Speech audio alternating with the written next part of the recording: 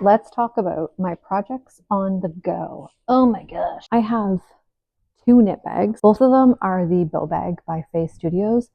This one was my first one. It's the large one with the shoulder strap. And then this one is the small bag with the crossbody strap. Do the bow, it ties in the middle. And then this one, it ties on the side.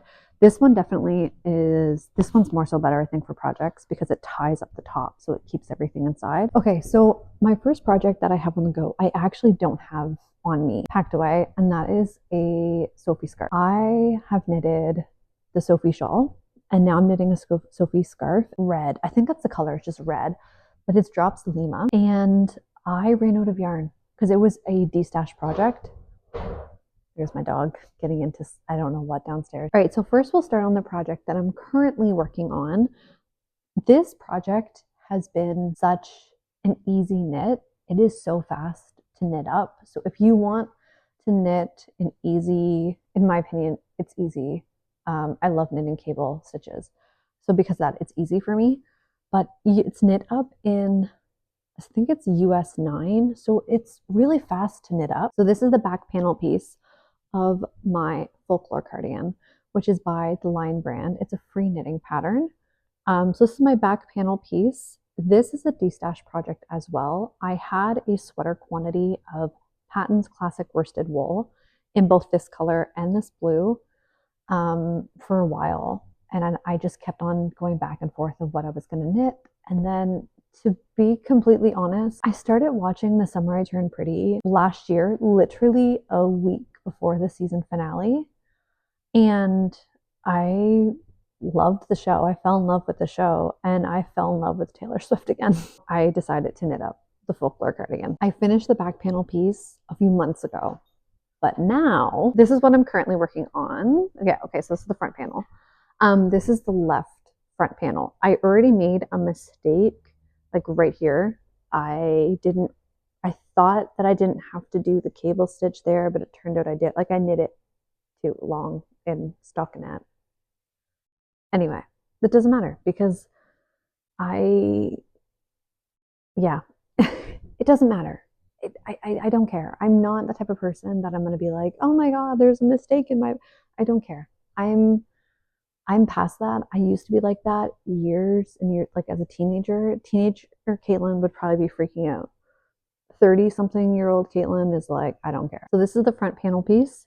I know it looks very like small and slim, but I'm going to be adding on ribbing. I don't know how much ribbing, but it's a few centimeters of ribbing. I'm already starting the arm decrease and the neck decreases. So like, and this I got done within like 2 days. It's a very fast knit. And the thing that I like about this is that I am able to memorize the pattern after knitting it for so long. So it's just such a fast and easy knit. So that's what I'm currently working on because I had to take a break because my next project I'm going to share, I didn't think it was going to take this long. And it's been absolutely just dragging. Absolutely dragging. It's been awful. Okay. My second project that I have on the go is my Olga sweater by Petite Knit. This project has been dragging. I, like many other people out there, joined the knit along with, I think it's Hannah Way. And oh my God, this project, man, it had just been dragging. And I think it's because it's in stockinette. And it's just constant. It's boring as. Now here's the thing, okay? Wait, before I get into that, let me show you what I have done so far. So this is what I have done so far. Really not that much since I did a try on my Instagram and I dropped like, I don't know, 15, 20 stitches. It was fantastic. Anyway, this is her. That's it. Also, can we just like look at how cute this stitch marker is? It's so cute. It's a sardines, like, oh my God, it's so cute. And then also there's another stitch marker that came with it. It's a blue sardine, I think. So cute. Soft Spoken is the artist who makes these. This is my Olga sweater. Really not much done. I'm knitting it up in Drops Lima in off-white and light blue. Yeah, it's just been dragging. But here's the thing. I'm a mom. Having projects on the go like this, where I can knit aimlessly and also hang it with my kids or play with my kids, is fantastic. And I love having a project like that on the go. But man, this project has been dragging. It just feels like, oh my, it feels like I'm going to be knitting this forever. It's the reason why I casted on the left panel piece of my folklore cardigan, because I was getting just so bored of knitting in stockinette. Now, mind you, I've had about a week of a break, I would say, knitting this. So I know that once I get back to knitting this, I'll feel a lot better. Sometimes you just need a break, and that's totally okay. So what I'm going to try and do is I'm going to try to finish my left front panel piece of my folklore cardigan, and then when I'm done that, I'll get back to doing this. But this is what I have so far. It's not as much as what I had hoped I would have by the end of March, because the knit along started in the beginning of March. And I had really hoped to have way more of the sweater done, but it's just been dragging, and it's a little boring. I'm not going to lie, but I like boring sweaters. I like simple knits. Like I said, especially because I'm a mom, it adds to being able to knit. Like typically I knit when the kids are in bed, but if I have a simple project that I don't need to pay attention to the stitches, like knitting in stockinette in the round, I can do that with my kids around. So yeah, but anyway, it's just dragging, and I can't wait to be done it. My last knitting project that I have on the go right now is another petite knit pattern. I have 3 petite knit patterns on the go right now. Oh, I actually really enjoy petite knit, if I'm going to be honest, because I like that simple knits, especially, like I said multiple times by now, I'm a mom, and it is very difficult to knit intricate patterns when you have your kids around. Like my folklore cardigan, I cannot knit that when my kids are awake. I have to knit that either when I'm out here or when my kids are in bed, because it's just so intricate. Whereas knitting in stockinette, I can easily knit with them around. It's no bother. But this project, I don't know why I haven't been knitting more of it, because it's been really fun. Like it's again very simple. It's going to be in stockinette again when I get to the round, but right now I'm doing increases, so it makes it a little bit more fun. I do not have that much done in this though. This is my cumulus tee. I'm knitting this up. This is a D-stash project. I'm knitting this up with Knitting for Olive. I can't remember what yarn it is off the top of my head. All I know is that it's fingering weight and it's Knitting for Olive. I knitted up My Favorite Things knitwear camisole number, oh geez, 2 years ago, 3 years ago, 3 years. Oh my gosh, I knitted that up 3 years ago. Wow. I knitted up 3 years ago, and I've had extra balls of yarn just hanging out, and I didn't know what to knit with it. And I thought, you know what? The cumulus tee is so basic. It's such a good basic, like, just staple piece, I guess, to have, especially with summer coming. So I decided to cast it on. So yeah, this is my cumulus tee. My goal is I want to get this done by summertime. So getting this done by June is crucial. But I know that I can definitely get the folklore cardigan done also very fast, considering how quick it's taken me to knit up that front panel piece. Yeah, that's all I have of it. I really don't have much of the cumulus tee done. My next little segment in this podcast is gonna be knitting projects that I regret knitting. Okay, I'm currently editing the video, and I had to sneak off to the basement just to quickly say, it's not really knitting regrets, it's more so knitting mistakes. It's mistakes that I made on my knitting projects, and the mistakes are just like to the point where I feel like I regret knitting them, but I don't regret knitting them. It's just, maybe it's I regret making these mistakes. Yeah, let's take it at that. I regret making these mistakes, but I mean, how would I know they were mistakes? You get the point. It's not so much knitting regrets. I don't regret knitting this stuff. It's more so knitting mistakes. So every time I say, I regret knitting this, or regrets, or blah, blah, blah, blah, just like, it's actually my mistakes. It's actually my mess ups. So just like ignore that and just pretend like I'm saying, these are my knitting mistakes. And yeah. The reason I regret making this is because it was my fault because I didn't knit a gauge swatch. So it's my fault. These projects did not turn out how I thought they would. And because of that, but again, I didn't knit up a gauge swatch and I should have done that. Okay. So I have 3 knitting projects, and funny enough, they're all by Petite Knit. Isn't that funny? So the first up is my key mittens. I regret knitting these. I didn't do a gauge swatch, so they're massive. I knitted up with Briggs & Little, their heritage weight, which is a worsted weight. The recommended weight for these mittens, I think, is a DK weight. They don't even really fit me anymore. They fit my husband though, and my husband likes the colors. So these are my husband's mittens now. I do like the color of them. It's definitely something different. These were very fast to knit up. It literally took me, I think, 2 days. I love knitting small accessories like this for that reason. But I should have knit a gauge swatch. If I would have knit a gauge swatch, these definitely would more fit. They would fit me a lot better. But because they're so big, I basically was like, hey, hubby, do you want a new pair of mittens?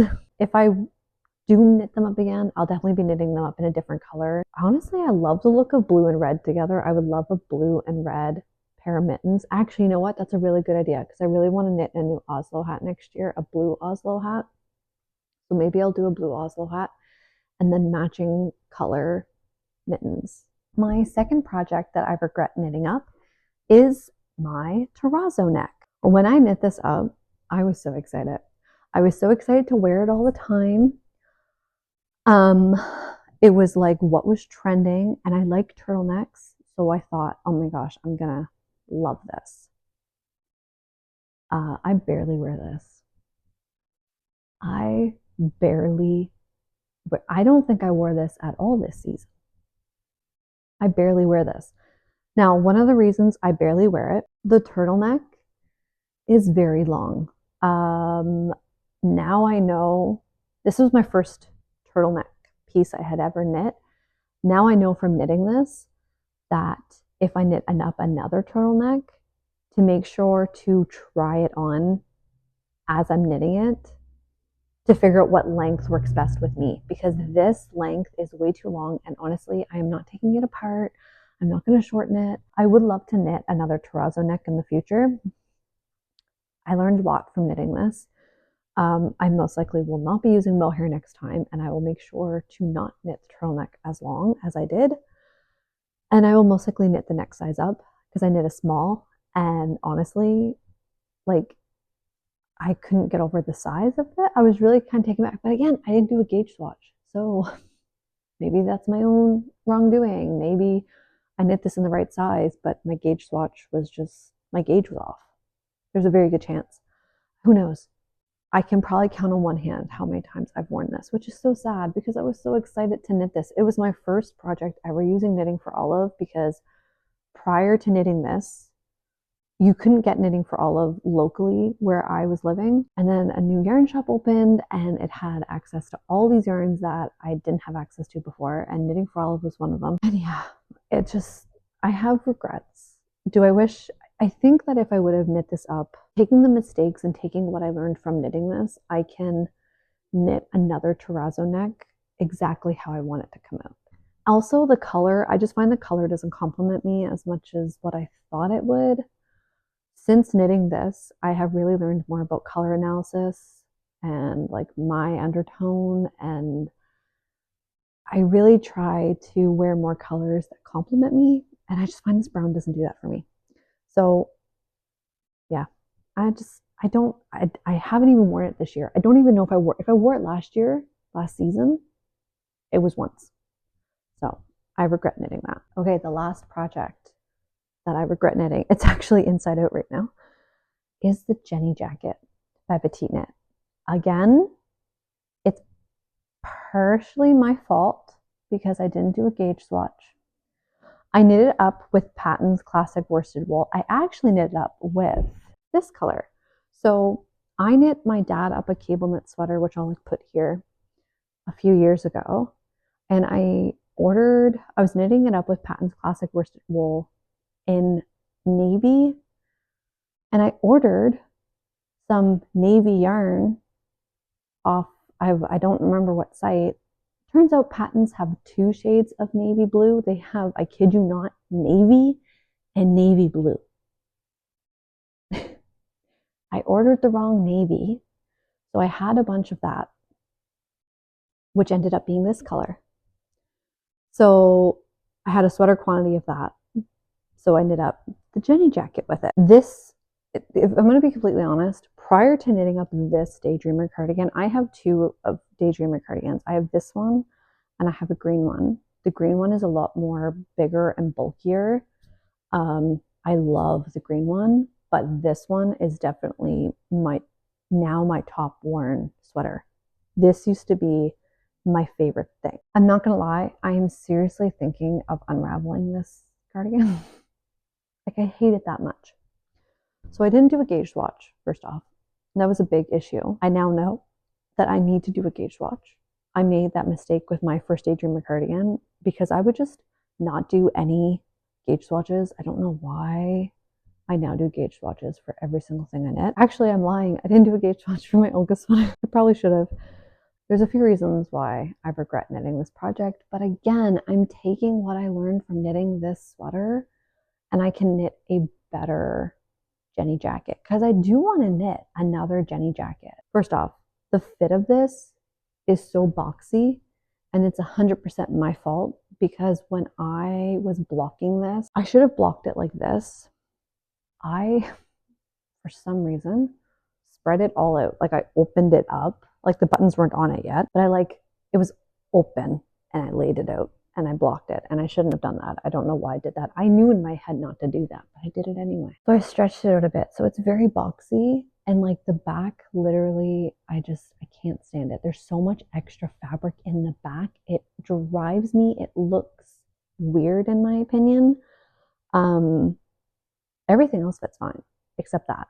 I'm lying. Not everything else fits fine. The buttons. So because of how boxy it is, I don't even like unbuttoning the cardigan and wearing it unbuttoned and opened. I like doing that with my Daydreamer cardigans. I don't like it with this one. So like this is what I mean. Like here, I'm gonna clip. This is what I mean. Look at this. Like,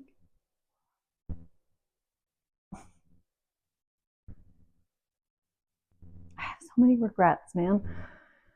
It's just, oh, and then this.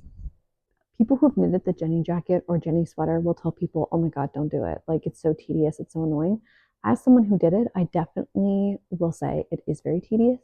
It is very annoying, but it is a really nice textured cardigan and I do like it for that. I wish I was smarter with my choices and I wish I would have done a gauge swatch. I wish I would have blocked it properly. I honestly don't enjoy this sweater as much as I thought that I would enjoy it, if I'm going to be completely honest. And there is a very good chance that I'm going to unravel this and knit something entirely different. That's everything for my knitting podcast. My first knitting podcast. I want to knit while doing the podcast, but right now I really am set on getting this sewing project done. Let's finish getting this sewing project done.